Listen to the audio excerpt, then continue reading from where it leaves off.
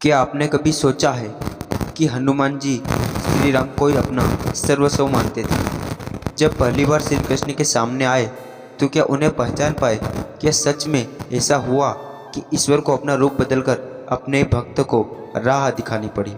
क्या सच में ऐसी कोई लीला हुई थी जो युगों तक छिपी रही? आज हम आपको बताएंगे वह अनसुनी कथा जब भगवान ने अपने भक्त को नई दृष्टि दी।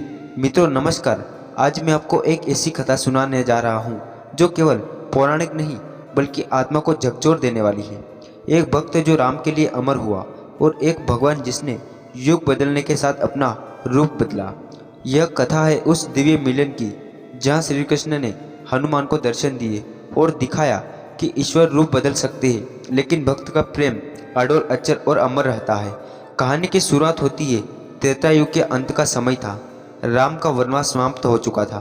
अयोध्या में राम राज्य स्थापित हो गया था और रावण जैसे अधर्मी का अंत कर धरती पर धर्म की स्थापना हुई थी। हनुमान जी प्रभु श्री राम के परम भक्त अब भी धरती पर जीवित थे।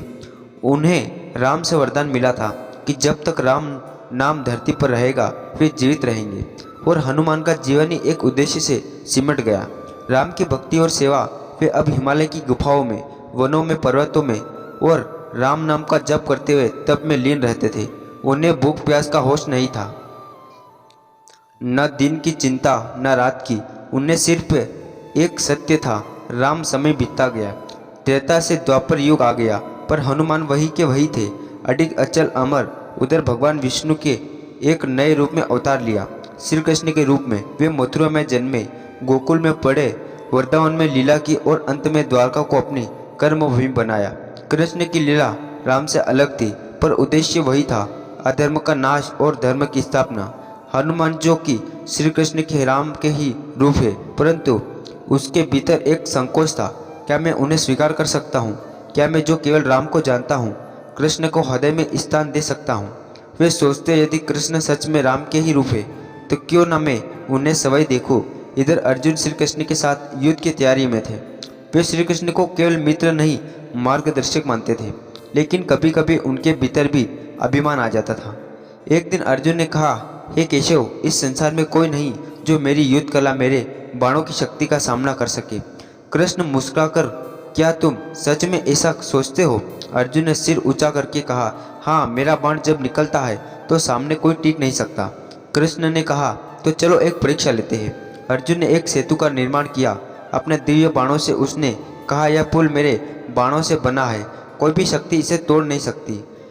श्री कृष्ण मुस्कुराते हुए कहा, तो हनुमान को बुलाओ, उन्हें कहो इस पुल पर चले।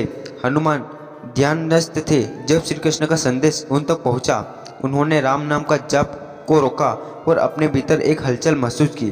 प्रभु ने मुझे क्यों बुलाया है?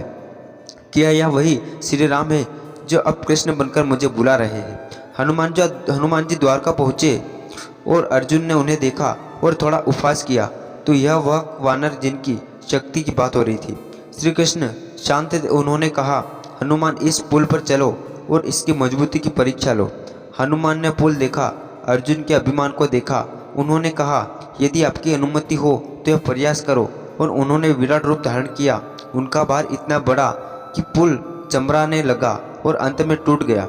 अर्जुन हतप्रभ रह गया, यह कैसे संभव है? श्री कृष्ण बोले, अर्जुन, यह वही है जिन्होंने समुद्र सेतु पर बनाया था। तेरे बाण उनके भार को कैसे सह सकते हैं? अर्जुन ने चरणों में झुककर क्षमा मांगी। हनुमान अब तक चुप रहे थे।